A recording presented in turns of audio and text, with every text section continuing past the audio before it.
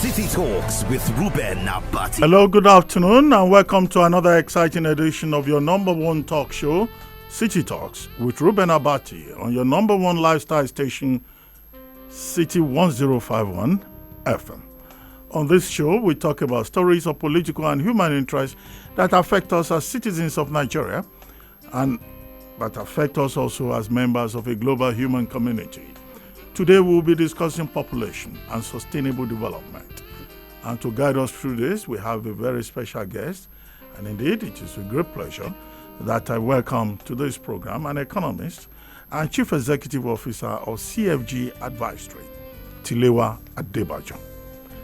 Tilewa Adebajo is an entrepreneurial transaction business manager with 35 years experience gained in the corporate, public, and academic sector. After a successful career in international finance markets with JP Morgan Chase, he ventured into the African markets with deep involvement in corporate banking, academics, policy, and financial advisory, project finance, and also consulting services. A former finance faculty head and lecturer at the Lagos Business School, Adebajo is a product of the University of Wisconsin, Madison, United States. If you want to be part of this conversation, you can call us on 0700-1051-1051. And you can also leave comments on our WhatsApp number 090-991-64403 and on social media accounts at City1051 on Zoom and Facebook. You're welcome to the program, Tilewa Adebajo. Thank you very much for joining us on City Talks with Reuben Abati. Thank you, Dr. Abati. Good afternoon, and it's my pleasure to be on this program this afternoon. Well, thank you very much indeed. Well, this week, just a few days ago, the federal government of Nigeria announced a revised population policy for the country to address the rapid growth, the expansion, of the population and the sharp increase in fertility rates in the country. And the government tried to establish a connection between this and sustainable development and also economic growth. Now, this is not the first time the Nigerian government has talked about population management. In 1988, we had a national population policy.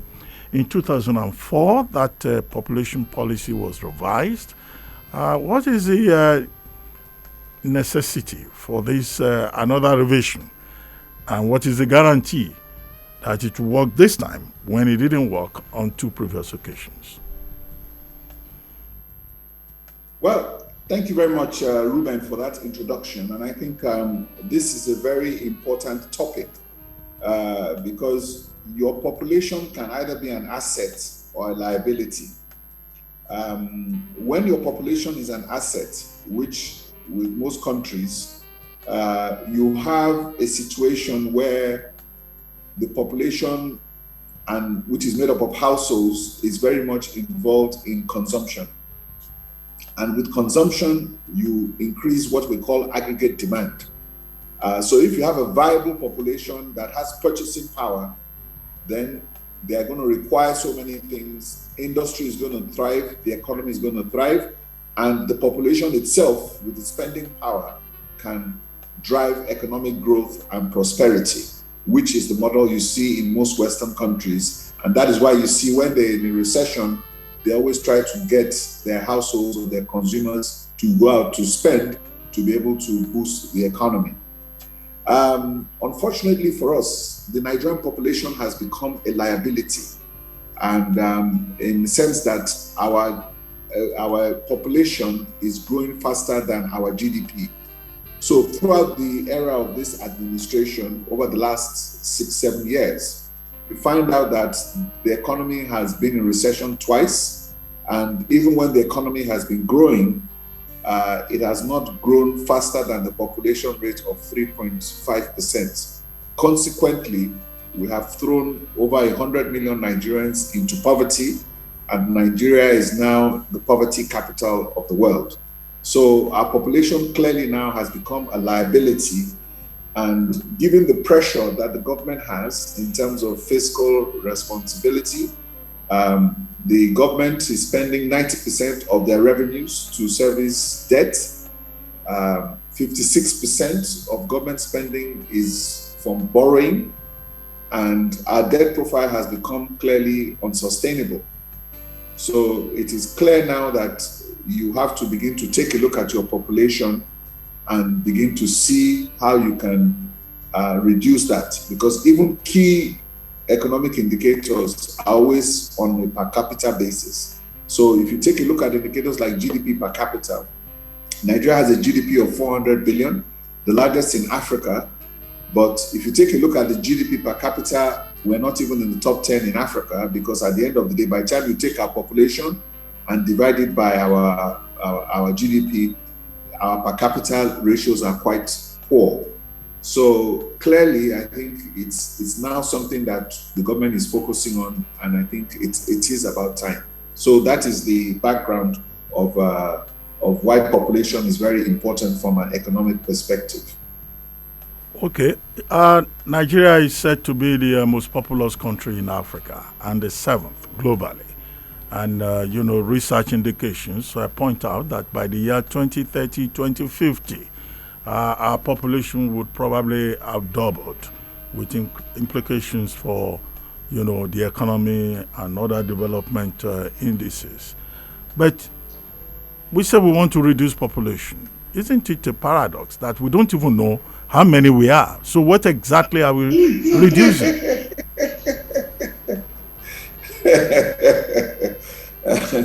I think, Reuben, you've hit the nail on the head there. Unfortunately, we have politicized our population census process, and because all our revenue allocation indicators are based on population, and a lot of people are not very happy with the population results, and we've lost confidence in that. But I mean, there are many ways you can tell basically what the population of Nigeria is. You look at things like the amount of mobile telephone penetration, unbanked populations are quite significant. So there are many issues there. So the census process has been politicized. And while the National Population Commission would tell you that they're ready to do a census, there's no political will to go ahead with the census because some people feel that it might not favor them. You have things like the National Identity Management Card System. Again, a lot of people do not have confidence in that system. You take a look at the voter register. Over the last 15 years, you have seen a situation whereby the voter register has shifted from the large populations from the Southwest. Now you find out that the Northwest is now the largest area within the last 10 years. So people are concerned about how this is being manipulated. And if you don't know your population, as you said, you can't plan. You don't know how many more schools you need to build. You don't know how many more universities. You don't know how many more hospitals. All the social infrastructure that a teeming population requires. You need to know the numbers so that you understand your demography and you can plan properly. So without those numbers, we cannot plan. And unfortunately, that is the bane and that is the problem of Nigeria today. President, in announcing this revised national population policy, also inaugurated a body called National Council on Population Management. He talked about Planned Parenthood, family planning. He talked about government promoting the use of contraceptives.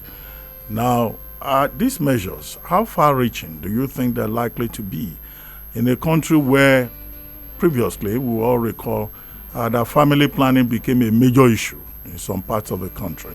The use of contraceptives became a major issue. And people who have been commenting on this subject, they've been saying, look, will government insist on the abolition of polygamy?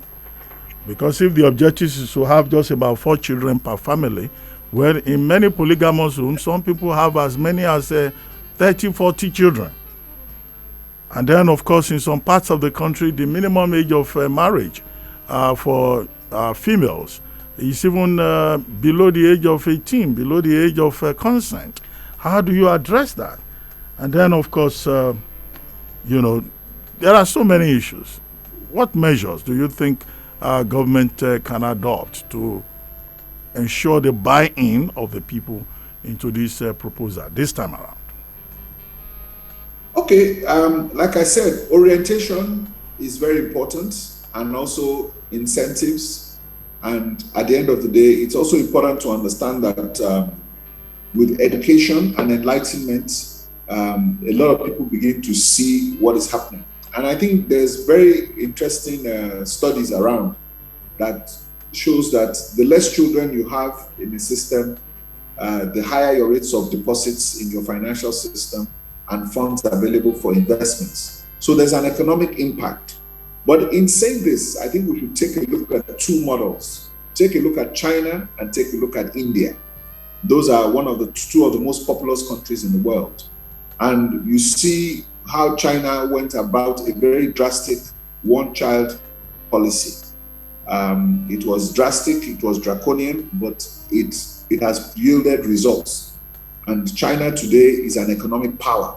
And they understood that their population, if went uncontrolled, could be a deterrent to economic growth. And what China has done today is that China has turned its population into an asset. For instance, China Telecom alone has 1 billion subscribers, mobile subscribers. That's China Telecom. And all the 4 telecom companies in China combined today have total subscribers of close to 1.8 billion subscribers. So you can begin to think about the economic impact or the sort of revenues that you are looking at from that subscriber base. Nigeria has only maybe close to 95 million subscribers active. So if you can see what China has done, you can see that they have used a very draconian system. I don't think that can work here because of, as you said, the cultural issues. But also, let's take a look at what India has done. India has the same cultural problems as we do, and they have also been able to address that issue with contraceptives, with family planning, with orientation is very important, and more importantly, education and enlightenment. The more you educate people, the more people get enlightened, you find out that they understand the need to have smaller families. So I think it's important that not only do we set up these policies, but it's important that we are consistent with the policies. If we need to enact legislation to back those policies, let's do that. But we can borrow some from both the Chinese model and the Indian model, because you can now begin to see that both China and India today are now super economic models, and they have turned their population from being a liability into an asset, because you have a population that can generate aggregate demand and consumer spending to be able to spur economic growth. Well, the example of China, the interesting thing about China was that between 1980 and 2016, China maintained a one-child policy. But China, in doing that, did not just stop at the level of the policy, what you refer to as draconian measures.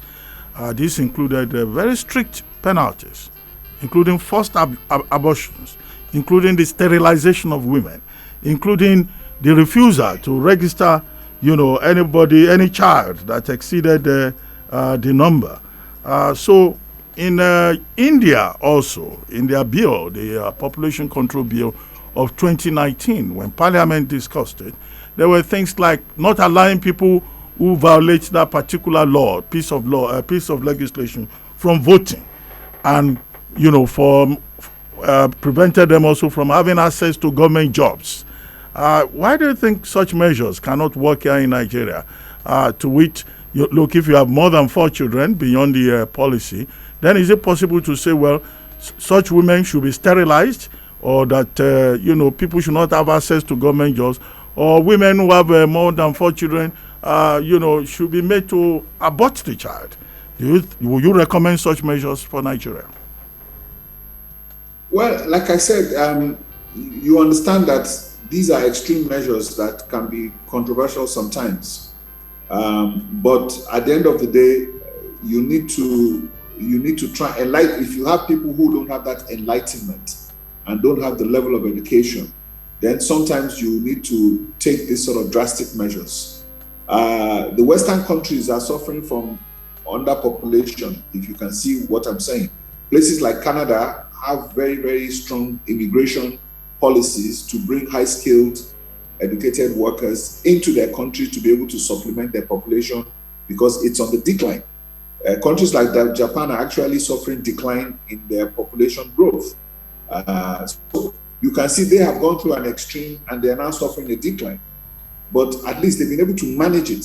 So we also have to look at what has happened in all these countries to be able to see what happens. Even in the West, birth control was very big. Contraception and availability for abortion, and people had those options, and people saw that and bought into it. Yes, in Nigeria, even if you say you're not going to register somebody to vote or is not going to get a government job, you know how we are in this country. Somebody will go back and go and register something, they will fix something, and before you know what's happening, the person has the job. So we don't have the systems to be able to control a lot of all these things because our institutions, our administrative institutions are very weak and lack capacity for verification and authentication. So we'll have to have some homegrown remedies, but which might include sterilization, as you've talked about, but it's important that it's not abused. And again, some politicians might be against it because in some parts of this country, underage voting and underage voter registration is very, very rampant. So you need to be very careful, and we need to look at it. There are religious issues around it, and of course, as there are traditional issues around it, as you've talked about polygamy. So we need to find a solution, and everybody needs to buy into the fact that we cannot continue to sustain this level of population growth. Well, I understand the point about policy and sustainable development, capital formation, economic growth. How about the province of human rights? Under the Constitution, every citizen has the right of choice. You can make a choice as to your own, options in life. Don't you think we're likely to run into the, territory of human rights violations? Because these are issues also in those countries where population control policies have been introduced. And the second leg of it is a tendency to see population control as some kind of a Western conspiracy against low and middle income countries of the world. Well, first of all, I don't believe in conspiracies, to be honest with you, Reuben. Let us understand what our situation is. We have a dire situation with our population as we speak. The underage children that are out of school, you've seen that problem. We have maybe, close to 15 million, 12 million children that are out of school, roaming the streets in this country.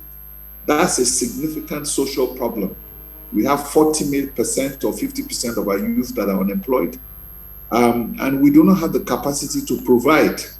So if you start to have children and you have population that you cannot cater for, you are going to ferment crisis.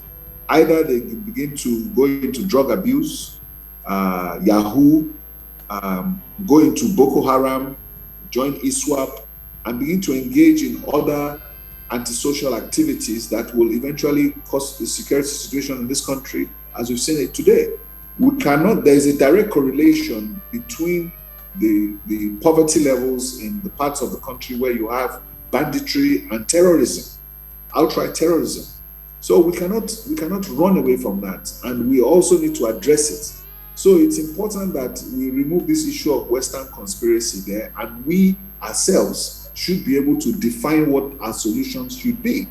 It's important to make this voluntary and to ensure that people have the incentives.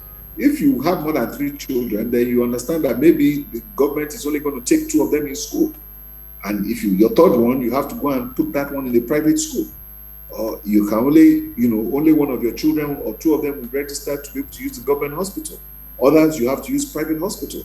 So when people begin to see that they cannot access services, so if you have 1 children already in university, in a federal university, or 2, you cannot have the third. you have to send the third one to a private university.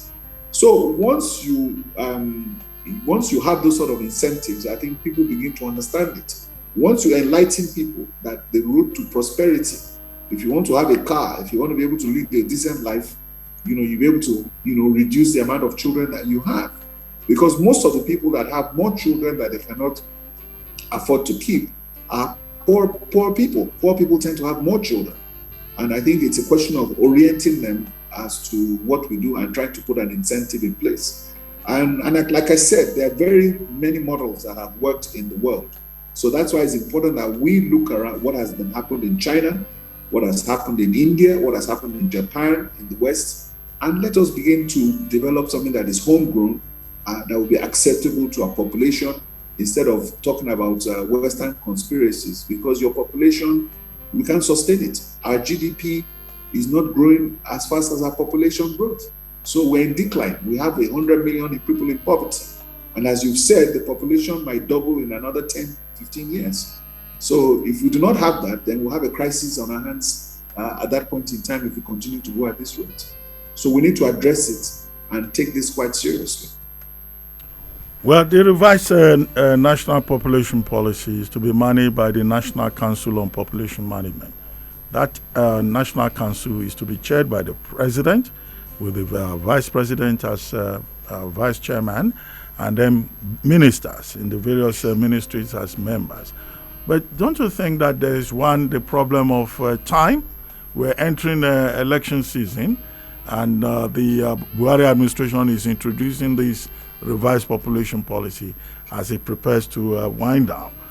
So is there any time at all to even give effect to that policy? And then secondly, do Nigerian leaders even have the moral right to dictate family planning to Nigerians, considering the fact that many of our leaders, some of them have like 8 wives, 30 children. Some of them have children in virtually every capital of Nigeria, or every state of Nigeria. And we have this problem of trust. So you said poor people tend to breed a lot, but they're likely to say, well, I know so minister who has 40 children. So why would that minister be a member of a committee that is telling me I can't have more than 4 children? So do we have here a problem of leadership by example? Yes, without a doubt. Those are significant issues that you have raised in terms of, you have to lead by example, and leadership in this country. If the leadership elite or the politicians and the elected officials are leading by example, then it's easier for you to implement the policy. You can see what's going on with the British Prime Minister now, talking about severe lockdowns, and they were having parties at 10 Downing Street, and when everybody else was under lockdown. It's likely going to cost him his job, because at that level and with that sort of severe measures you are putting on the country, as a Prime Minister, you want to be seen to be leading by example. So these are the moral issues. But in Nigeria, we still have that issue that it is one rule for you and one rule for us. And our political leadership has not yet imbibed this sort of culture. There's still an arrogance that comes with power. Our political leaders and elected officials behave like neo-colonialists, and believe in entitlement is their resources to grab. So they don't have that moral leadership that you can say will convince a lot of people to do what they're supposed to do. And this is where you have the unique problem in Nigeria. So that is the whole essence of what we're saying.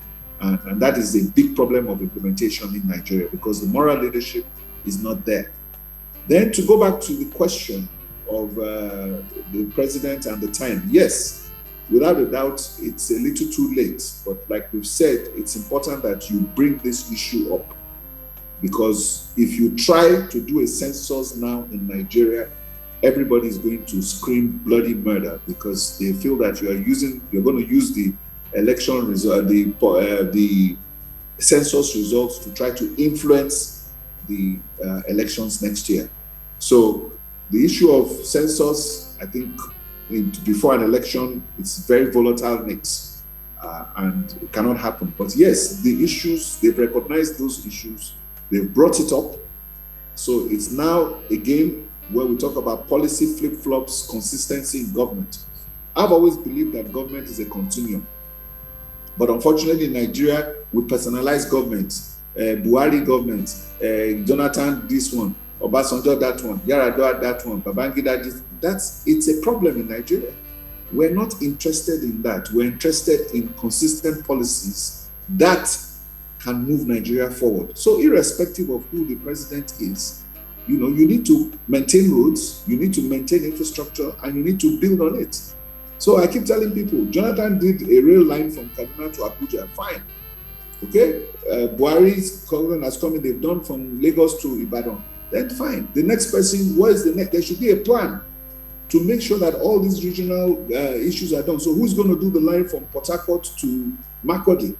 These are the things that we need to look at to know that we have a long-term plan that irrespective of who the government is, that continuity is there.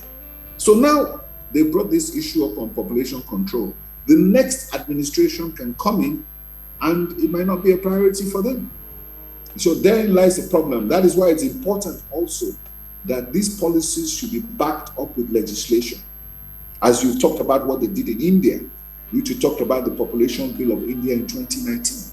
So it's important that we put this sort of policies into law so that it can be sustainable over time.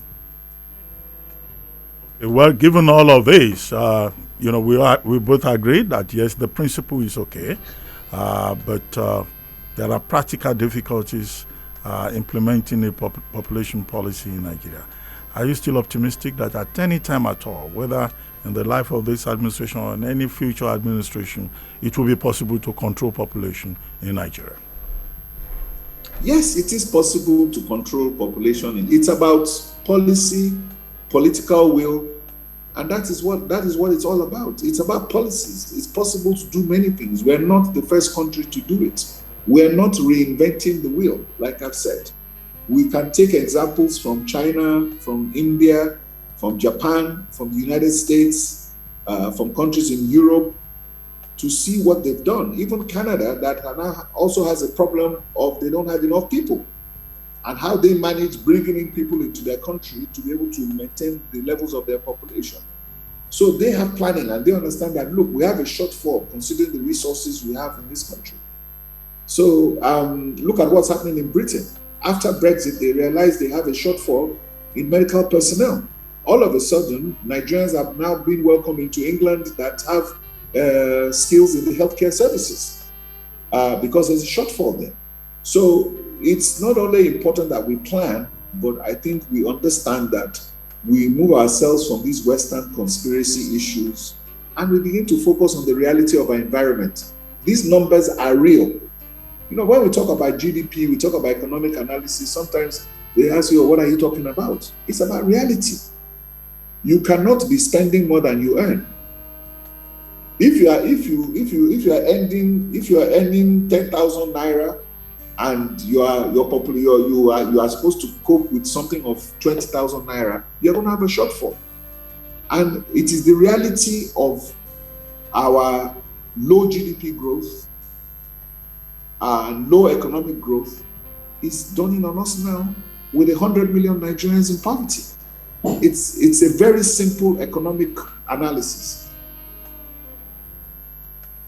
Well, on that note, we need to take a short break. If you want to be part of this conversation, you can call us on 0700-1051-1051 and also leave comment on our WhatsApp number 09099164403 and on our social media accounts at City1051 on Zoom and Facebook. We'll take that short break. Our guest is still Tilewa Adebajo.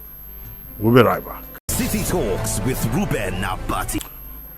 Welcome back to City Talks with Reuben Abati here at City 1051 FM. And our guest is still Tilewa Adebajo, the CEO of CFG Advisory Group. And we've been discussing population and sustainable development.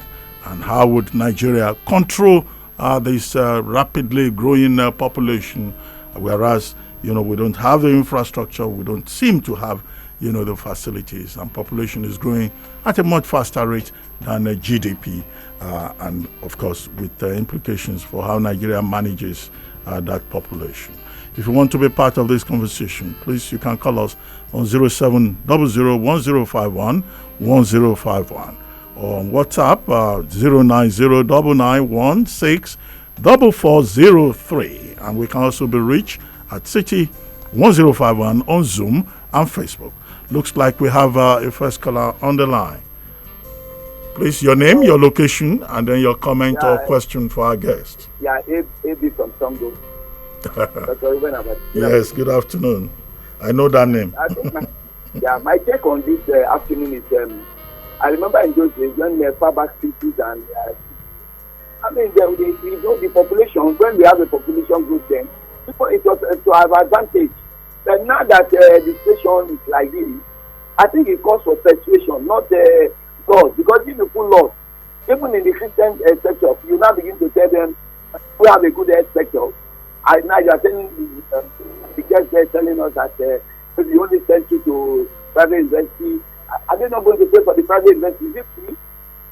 So all the same works on the government. Even the China we are talking about, China's having more population, but they created an enabling environment. Many of the people that are there, 12 years, 13 years, they are learning trade. They are learning artisans. They are doing a lot of jobs there. You see some of them creative. But here in Nigeria, it's not like that.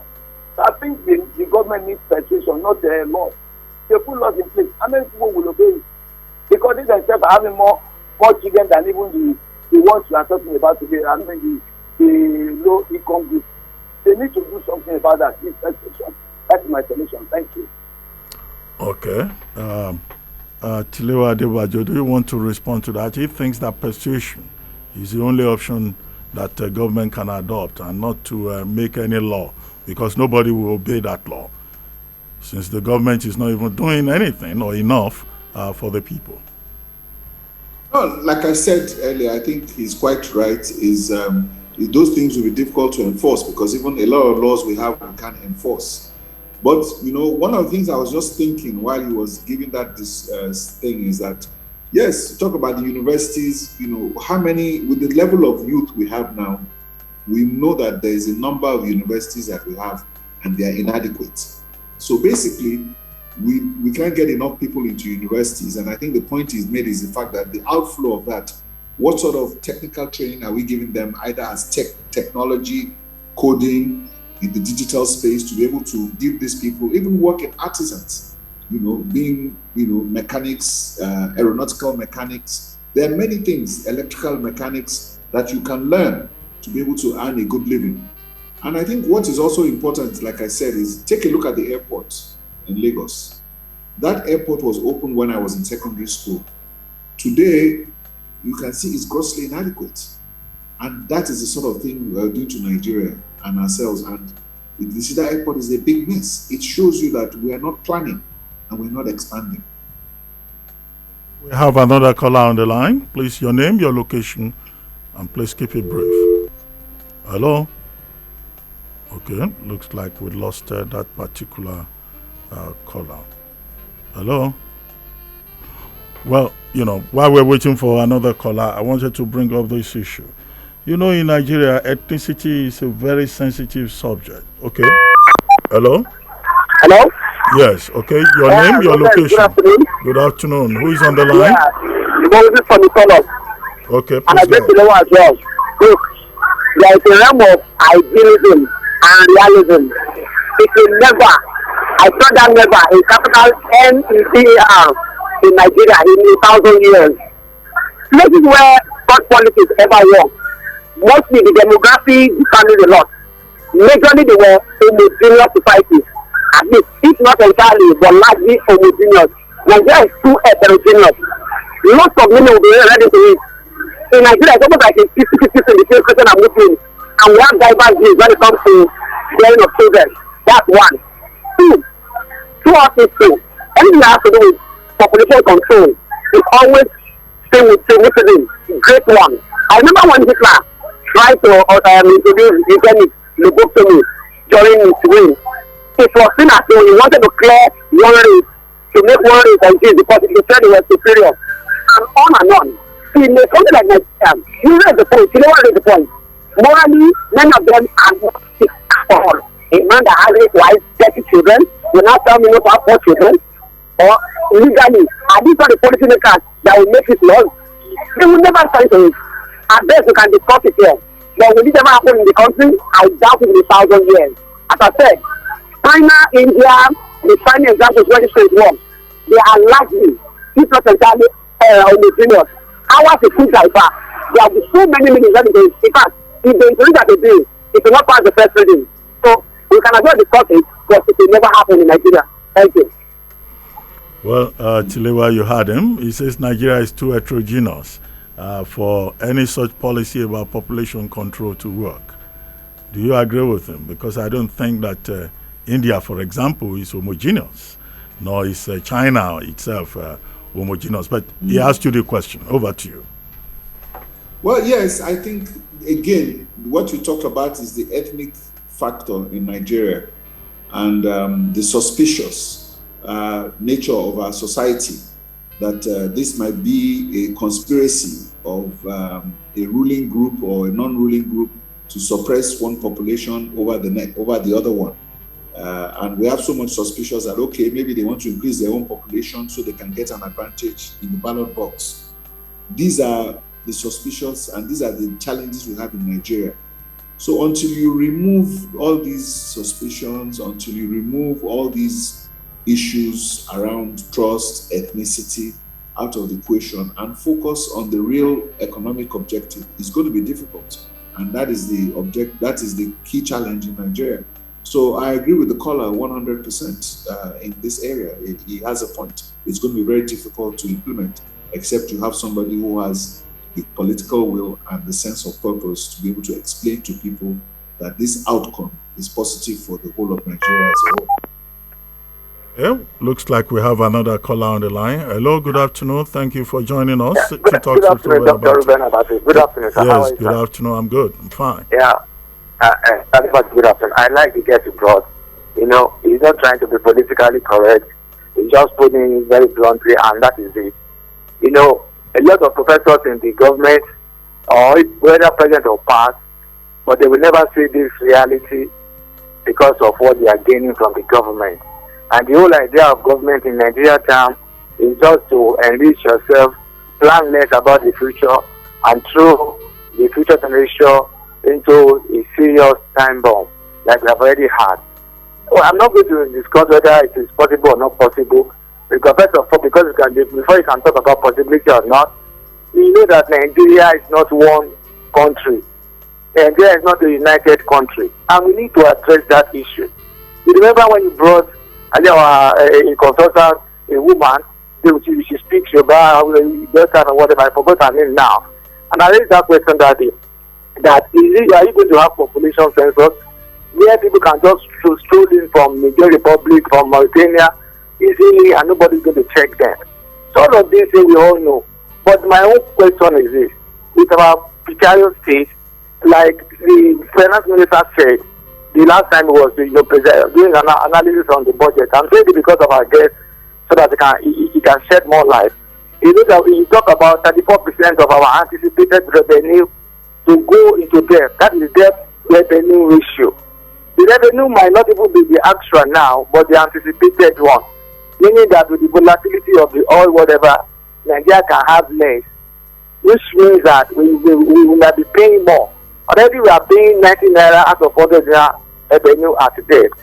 That's number one. And if you look at the recurring, the recurring expenditure, about 6.something trillion is going to be used to service interest on loan alone. This is a country that is still going to borrow more because, number one, the issue of oil subsidy has not yet been resolved. And according to the spokesman of the president, he said that what that means is that government is going to borrow. Nigeria government will never reduce their cost like other civilized government do all over the world, but to just borrow and make life more uncomfortable for the people. Do you think there's any future in this country? I know with my little economic and finance understanding that there's no bright future for Nigeria with the present state, except we do something. And part of my recommendation is that we don't need a structure where we run a the body federalism, can state governors going to federal government to get money to beg for whatever. Whereas you can give autonomy to regions, make their own money, and the people in their domain will hold them accountable. By that, they are going to get and have transparency and accountability in the areas where people are really concerned about who governs them. That's for the economy. Number two, on the issue of population now, do you know that the number of children out of school that they have raised in the north, even in the south here, imagine what is happening everywhere now, Yahoo, whatever. It's already telling us that we are going nowhere. The Millennium Development Goal came up in the year 2000. 15 years after, they're talking about sustainable development. We have not even achieved the Millennium Development Goal. They're talking about sustainable development in the next 30 years now. So where is Nigeria going to be in the next 15 years? So if we don't do anything, all of this unity of Nigeria is negotiable. Suddenly it just because there's no country called Nigeria again. Without shooting is gone. Everybody will just go their self control because we have lived 62 years now, no progress. We are just progressing every day, but we don't want to tell ourselves the truth, the bitter truth. So someday, by the time the whole is no more relevant, everybody will know that Nigeria is not even viable again. People will just peacefully go their self control because they are not compatible. And instead of us to come together and discuss our area of differences so that we can look for a better future together, we are running away from all of that. Thank you very much. Okay, thank you very much. But before I go back to our guest, let's take one or two comments from WhatsApp. First, this one. The gentleman says, my name is Abdul Kayode from Ajangbadi. And he says, a country without proper database of its citizens should not even bother to consider population control measures. For God's sake, we don't even have a record of the numbers of people going and coming into the country through our land borders. How do you even preach to an Hausa man who has 4 wives not to produce kids? Second one, this is from a gentleman called Adebajo Adedeji. And he says, Nigeria is a nation governed by interest, not by a constitution. These interests are the ones behind all the policies that are affecting the nation. China was able to achieve what they have been able to achieve because the country chooses to agree and put the country first. Do we have such leaders in Nigeria? Capital no. Recently, a senator from the north brought his children, more than 18, and wives to the house, and he was boasting of having more children. Will such a senator agree to what our guest is saying? Adebajo Adedeji. Well, let me pause there for now to allow our guest Tilewa Adebajo to respond to some of these comments. Tile, over to you. Well, I think we've hit on all these issues, and and as you can see, the feedback we're getting from is reflecting the skeptical attitude of Nigerians to government, and to be able to talk about having the necessary to follow through. The ethnic biases have also come out through as to what they're saying, and in terms of the practicality of getting this done in Nigeria. So our callers have identified, has given us the reality of the feedback of what we're talking about. And I think that these are the things that we need to overcome. And like I said, the challenge for any of the leadership in this country is to be able to let people know that this is for the good of this country. And however we're going to do it, to be able to overcome the religious barriers, the cultural barriers, and even the personal barriers. Not to talk about the resistance you might get from the women's groups, who might think that you are trying to exploit women unnecessarily. So there's a lot of interest groups that might look at this differently. So it's important that we carry everybody along. And like somebody said, I think the call I agree with is the fact that you cannot manage what you cannot measure. So if we cannot measure our population, it's impossible for us to manage it. So without a doubt, the first step towards population control, I think I agree with that caller, is the fact that we need to put in place a credible census for Nigeria. Then we can now talk about how we can manage it. Because when we have the population and a census, we have the data, then we understand the demographics properly, then it's important to now put in a plan. Because as I said, the plan that might work in the north will definitely not work in the southwest, because there are divergent political, religious, and cultural beliefs. So the strategy for one part of the country will definitely be different from another part of the country. So it's important that you get get those numbers right.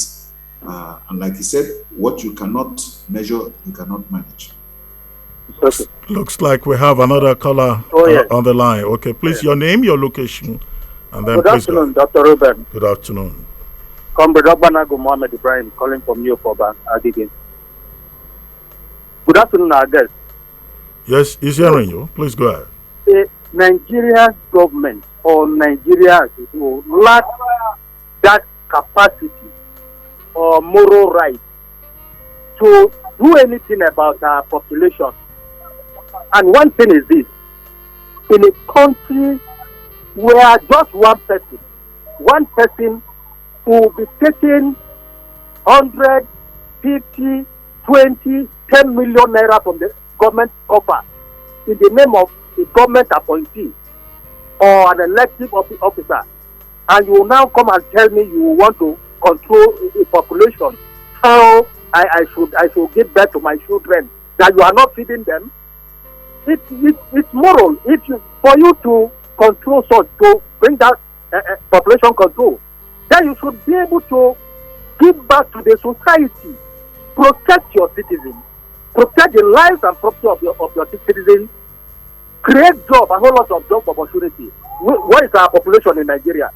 As the Akuta Steel companies, they're dying. You know thousands or millions of Nigerians that would have been working there if they are put it to use, and you are telling us about population control. They should go and sit down until they are ready to do the right thing. Nobody, no government officials can tell us about any population control. And finally, for those who are clamoring for census, it is for them to just make their money. They just want to initiate that to say, okay, we are going to do this and see a mark the word that is not there. We are not going to take it. Good afternoon. Well, Tilewa, just before I come to you, well, at this point, maybe if I may play the devil's advocate. I mean, our guest has already made the very strong point about the implications for economic growth, and the deficit in terms of infrastructure, and all of us will be affected if we don't control population. But the other side of it, as was experienced in China, is that look, this would be a women empowerment, measure, women's capacity in terms of reproductive health, because in many parts of Nigeria, women, once they are married, due to culture, there's no limit, with implications for health. And then also the issue of adolescent sexuality, and also early marriage. Maybe we can look at a positive side of the coin that either legislation or policy will most likely consider. But in any case, I understand how people feel. We seem to have another caller on the line. Yes, please go ahead. Hello, yeah, good afternoon, Dr. Reuben Abati. Good afternoon. Yeah, good afternoon. And Barrister Tilewa Adebajo, if I get it right. Yes, that's our guest. Yes, please go ahead. Yeah, hopefully me. Yeah, a quick one.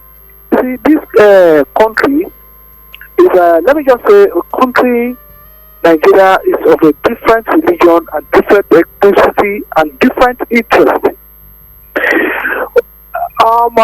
Thank God, doctor, you have been there. You have been the apex chambers of Nigeria before. You understand more better the angle I'm coming from and the parameter a quick one that I just want to establish. You see, in a situation whereby you have 6 different geopolitical zones in Nigeria, and some are bringing the idea of being progressive, and some are bringing the idea of ethnicity interest before any other thing. Where's going to be the result? Population will enable us to have data, and for a good population sensor, we should be able to know ourselves before you can collect any data or get any data that, okay, these are farmers, these are the numbers of Navy and Nigerian soldiers we have, these are the numbers of lawyers accountants, and what have you, all professionals and students of age between but that can only work if we all of us have common interest, and with the look of things, I think they are now beginning to understand where the other group, I mean the southern part, has been in the platform of the southern part. Let me just open up. The interest of the southern part is different totally from the northern part. Until when we have a common goal and common interest before this nation can move forward. That's my submission this afternoon. My name is Biodun Badmus. Okay. Good afternoon. Thank you very much, Biodun Badmus. I'm sure our guests listen to you throughout. But before I go back to our guest, this is also a comment on WhatsApp. The gentleman says, "Good afternoon, Dr. Abati and the guest. The policy is a good one and it will benefit us in the long run. We are even suffering from population liability in the area of banditry, terrorism, fraud, and so on at the moment. But I'm afraid the bad policy of government, our diversity, illiteracy, tradition, religion, will be a barrier to this plan. And our government, to get the population control managed by any means or else doomsday, is imminent." Well, I see there's another caller on the line. If you could just, okay, go ahead briefly, and then I'll go back to our guest. Hello? Hello. Yes, good afternoon. Yes. Yes, good afternoon. Good afternoon, sir. I won't take much of the time because I could see that a lot of issues have been related here, so I won't make much of the time on this issue. As good as this policy is, who are the implementers? Who are the implementers? We are talking about women reproductive health. What is the government doing about it? Even when some people took it upon themselves to do the right thing about their reproductive health, our police are tormenting them. I read on front newspaper today that in Abeokuta, Ogun State Command, they have to arrest and detain a lady from Moshood Abiola Polytechnic for buying a post pill and contraceptive. Just for somebody that is enlightened, she knows that she needs to take over reproductive health. Look at what police is doing. So all these things are just a game. Okay, when they bring up a population program, how much will be voted in it? How much will be voted in it? At the end of the day, we will just hear that some people, due to their religious belief and their culture, they didn't allow their women and their children to come out. And somebody will stretch his or her leg, and somebody will be counting, and will admit that we have done the census. So all these things, as people have said, let the government, first of all, tackle the unemployment issue, enlighten us properly on why we need to do one thing or the other. But jumping from one program to the other, we know what they mean. It's just a means to bring up a program and perform money. Good afternoon, sir. Well, thank you. Thank you very much. Thank you. Now, let me come to you, Tilewa Adebajo. You talked about skepticism, and we've received a very, large dose of that this afternoon. But over to you on some of the points that our callers have raised. Yes. Reuben, I think this is the beauty of doing a very interactive program with the general public. You saw that, there was one person that was just about to even agree, but then when they agree, then there's pushback. There was not one single caller or not even one single WhatsApp message was fully in support. They might say, okay, while it might be a good idea, they qualify it. That was two people have qualified, but push back all the way. So you can begin to see that while there is something that is positive for the economy of the country, we have a population, we have an electorate, we have people that are skeptical, suspicious on ethnic lines, on religious grounds, about the ability or capacity to implement this without manipulating it for political purposes. So that's why we've not been able to do a credible census in Nigeria. And I think that this has some very historical connotations.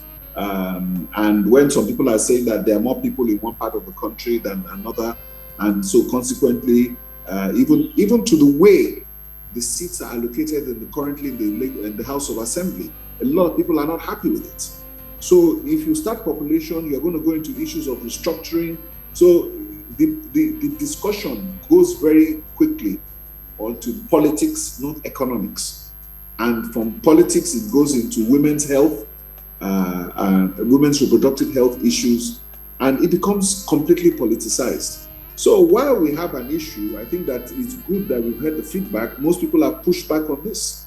So, and I think it's clear that, anybody who wants to do a census in Nigeria cannot do it before an election, because I think it's going to cause a lot of problems. So there we are, Dr. Abati, the dilemma of Nigeria. True, very true. Nigeria's big dilemma. On that note, I would like to thank you very much, Tilewa Adebajo, for joining us today to discuss population and sustainable development. And I'd like to thank also all those who called in and those who reach out to us on Zoom and Facebook. Remember, the conversation does not end there. You can still reach out to me on my social media account at Abati1990 on Instagram, and also at City1051 on all social media platforms. For those of you who tuned in late, there's no need to worry. You can visit our YouTube page, City1051, to watch the entire show shortly. And don't forget to hit the subscribe button and leave comments. Don't forget also to tune in next week at 12 noon for another exciting edition of City Talks. My name is Reuben Abati. The show was produced by Adedoja Allen, Charles Flames, Abiodun Odunton, Ayodamola Oludara, and Oluwaseun Adetitun. Thank you very much for joining us today. Have a great weekend.